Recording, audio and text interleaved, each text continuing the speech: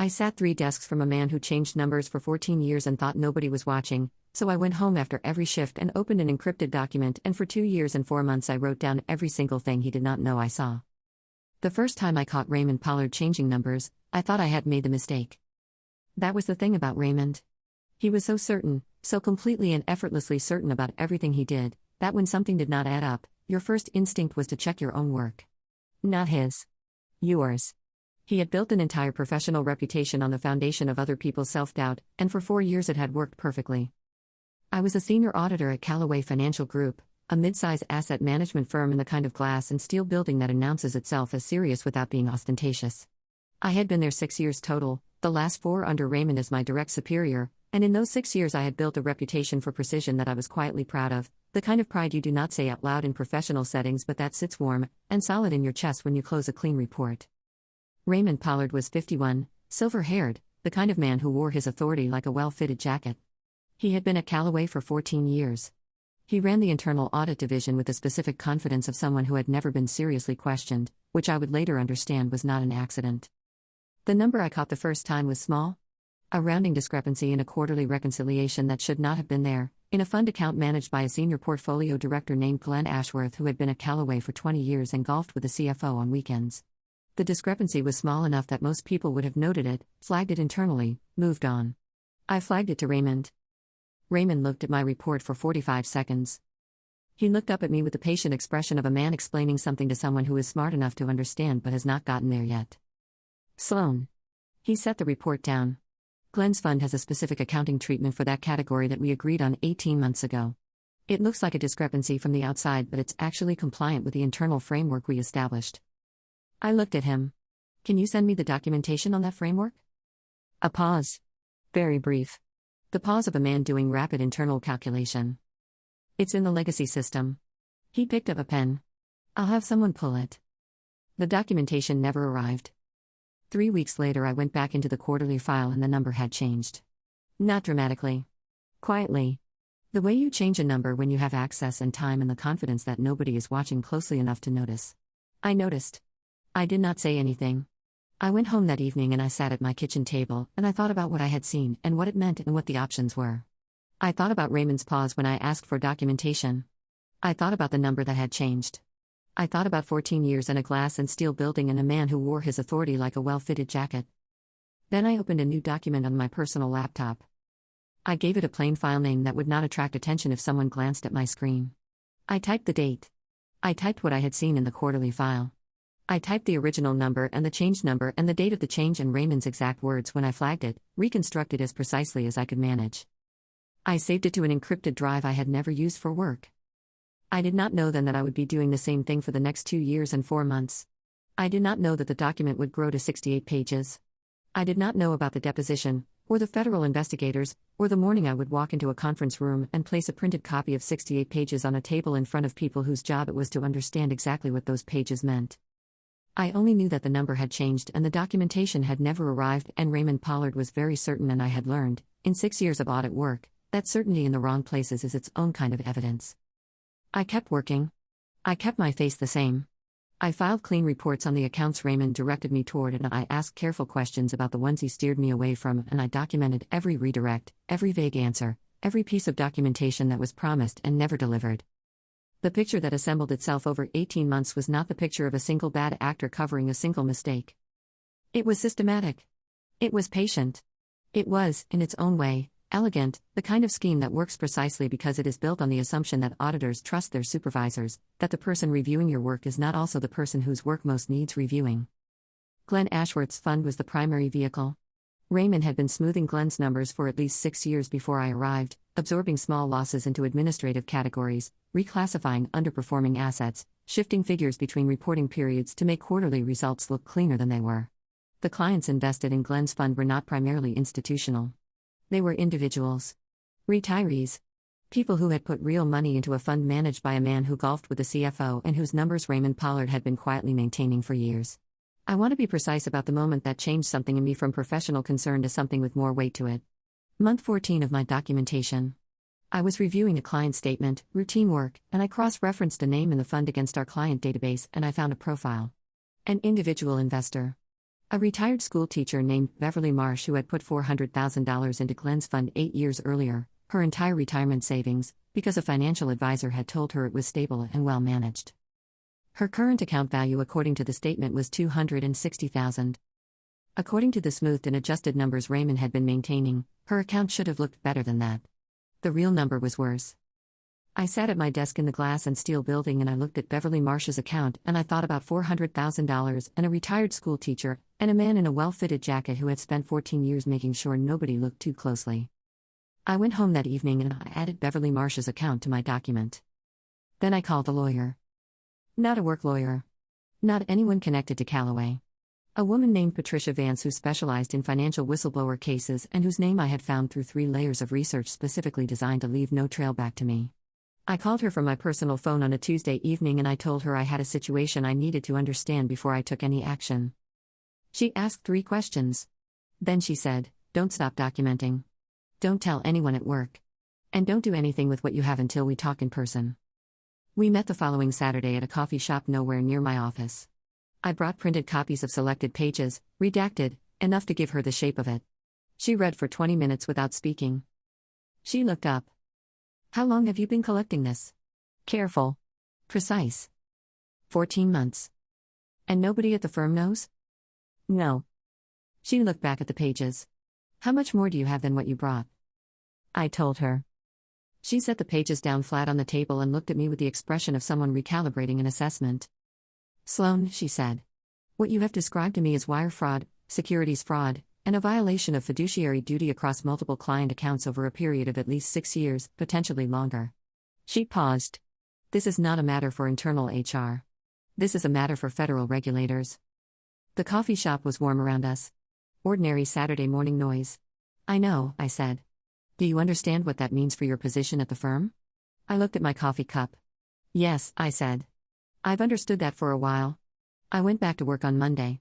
I sat at my desk and I filed my reports and I answered Raymond's questions and I watched him review my work with the satisfied expression of a man who believes he is running an airtight operation, and I added 2 more entries to my document that week because he made 2 more adjustments to 2 more files that he did not know I had already photographed in their original state. Patricia filed the initial disclosure with the SEC 8 months later. I walked into work the day after she filed and sat at my desk and opened my computer and answered my emails and attended a Tuesday morning team meeting where Raymond talked about Q3 benchmarks, and his voice was exactly as certain as it always was, and I watched his face and thought about Beverly Marsh and $400,000, and I kept my face the same. The investigators made contact with me 4 weeks after the filing. 2 people. A woman named Agent Claire Donovan and a man named Agent Seth Briggs. We met at Patricia's office on a Thursday afternoon and they asked questions for 2 hours, and I answered every one of them and placed the full 68-page document on the table between us. Agent Donovan turned to page 1 and began reading. She read for a long time without speaking. When she looked up, her face was professionally controlled, but something moved through it, a brief and genuine thing. "You documented every instance?" "Not a question." "Every one I found," I said.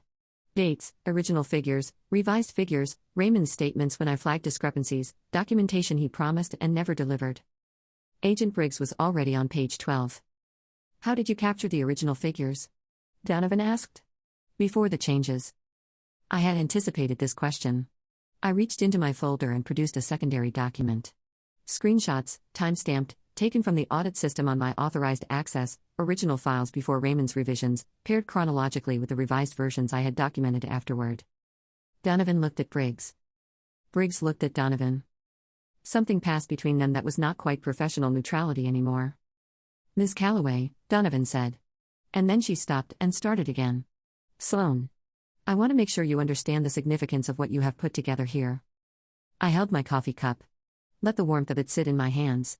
"I have a general understanding," I said. "I'll leave the specific significance to people whose job it is to assess it." The corner of Donovan's mouth moved. "Almost." I walked out of Patricia's office at 6 in the evening into a cooling October street and I stood on the sidewalk for a moment and breathed the air and thought about the first time I caught a number that did not add up, 4 years ago, and how I had assumed the mistake was mine, and how I had gone home and opened a document and typed a date. Everything after that was just the natural consequence of paying attention. Raymond did not know what was coming. He was in his office on the 14th floor, certain and silver-haired, wearing his authority like a well-fitted jacket, and he had no idea. The deposition was scheduled for 6 weeks out. I went home and made dinner and sat at my kitchen table, and for the first time in 2 years and 4 months, I did not open the encrypted drive. I did not need to add anything. The document was complete. The morning of the deposition, I wore the gray suit I had bought for my first day at Callaway 6 years earlier. Not for sentiment. For precision. I had learned in audit work that the way you present yourself in a room tells people something before you say a word, and what I wanted to tell the people in that room before I said a word was that I had been doing this job seriously since the beginning. Patricia met me in the lobby of the Federal Building at 8:15. She looked at my suit. She looked at the binder under my arm. She nodded once. "Ready?" she asked. The binder contained a printed and tabbed copy of the 68-page document, cross-referenced with the timestamped screenshots, organized chronologically and by account, with a summary index at the front that Patricia and I had constructed over 4 evenings at her office in the weeks before. "Ready," I said. The conference room was on the 3rd floor. Long table. Federal seals on the wall. Agent Donovan and Agent Briggs at one side. A DOJ attorney named Marcus Webb at the head of the table. Stenographer in the corner. 2 additional investigators I had not met. Raymond was not in the room. Raymond's deposition was scheduled for the following week. Mine was the foundation they were building his on. I sat down. Patricia sat beside me. I placed the binder on the table. Agent Donovan looked at the binder. Looked at me. "Before we begin formally," she said, "I want to note for the record that the documentation provided by the witness in our preliminary meeting has been reviewed and authenticated by our forensic accounting team and forms the primary evidentiary basis for today's proceeding." The stenographer's fingers moved. We began. They asked questions for 4 hours. Not hostile questions. Methodical ones, the careful architecture of people building something that needs to hold weight.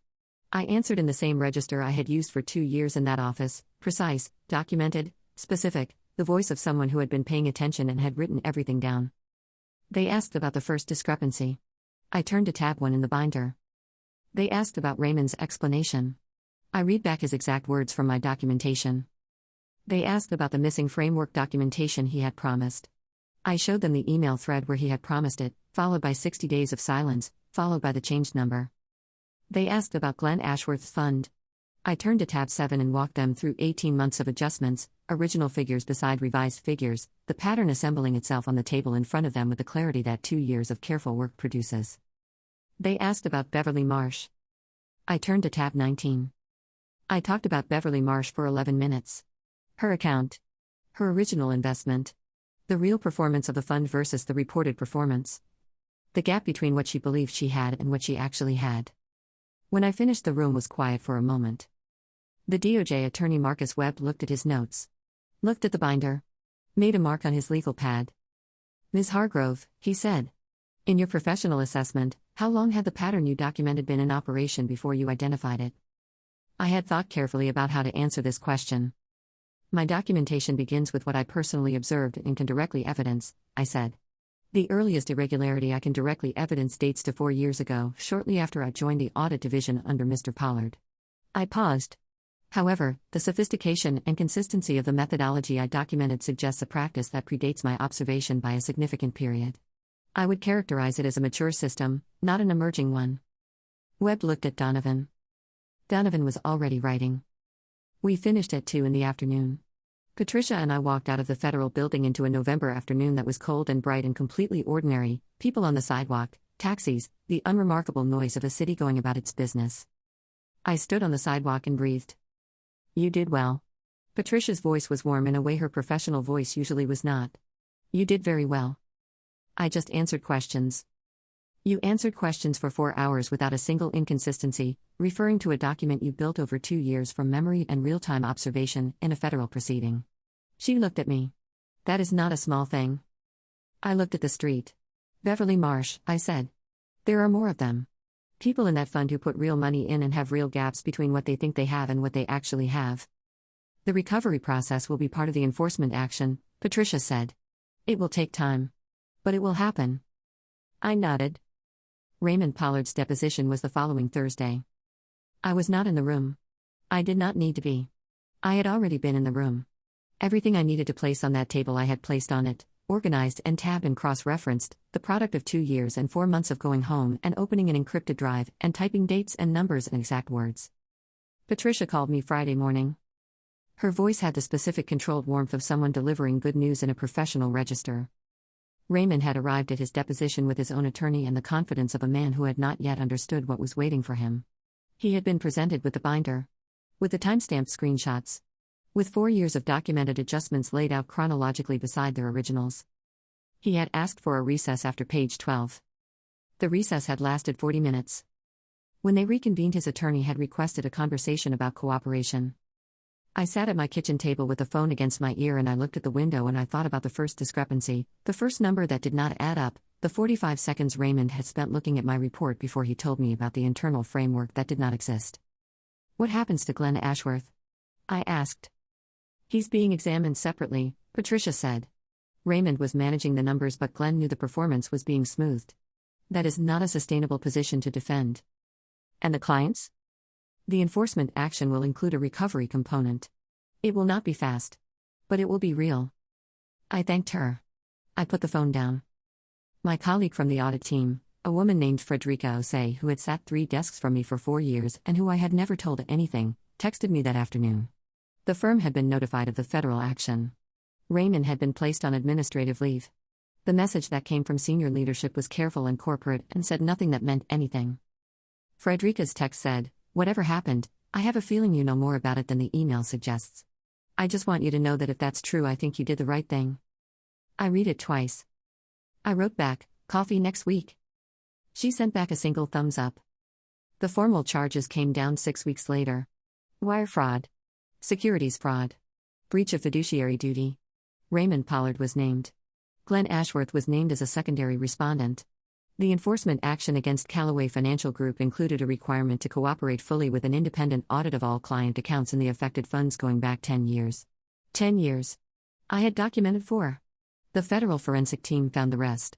I left Callaway 3 months after the charges. Not because I was pushed out. Because I had spent 4 years in a building where the person reviewing my work was the person who most needed reviewing, and I was done with that particular architecture. I took a position at a smaller firm. A different kind of work, cleaner in a way that had nothing to do with the numbers, just the basic cleanness of a place where the people above you are not constructing an absence around the things they do not want you to find. Patricia called me 8 months after the deposition to tell me that the whistleblower claim had been processed and the SEC award had been calculated. I will not put the number in this story because the number is not the point, and I learned early that leading with numbers changes what people hear. What I will say is that Beverly Marsh's fund account was part of the recovery action, and that retired school teachers who put their entire savings into a fund managed by a man whose numbers were being maintained by a man in a well-fitted jacket deserved to have someone pay attention. I paid attention. That is all I did. For 2 years and 4 months I went home and I opened a document and I typed dates and numbers and exact words, and I did not tell anyone, and I did not make a move until the document was complete and the lawyer was ready and the picture was unambiguous. Raymond Pollard believed he was running an airtight operation. He was. The problem was that airtight only works if nobody is paying attention from inside it. I was always inside it. I was always paying attention. There is a specific kind of person who mistakes other people's silence for ignorance. Who looks at a junior colleague filing clean reports and asking careful questions and assumes that the questions are the extent of the concern, that nothing is being carried out of the building, that the architecture of their certainty is visible only from where they stand. Raymond was that kind of person. He sat across from me for 4 years and he never once understood that the most dangerous person in the room is not the one making noise. It is the one writing everything down. If something does not add up, check your own work first. That is good practice. That is professional discipline. But if the numbers keep not adding up, and the documentation never arrives, and the person above you is very certain in the specific way that certainty covers something, stop checking your own work. Start keeping a document. Date it. Number it. Save it somewhere nobody else can reach. And wait. The truth does not need to be loud to be permanent.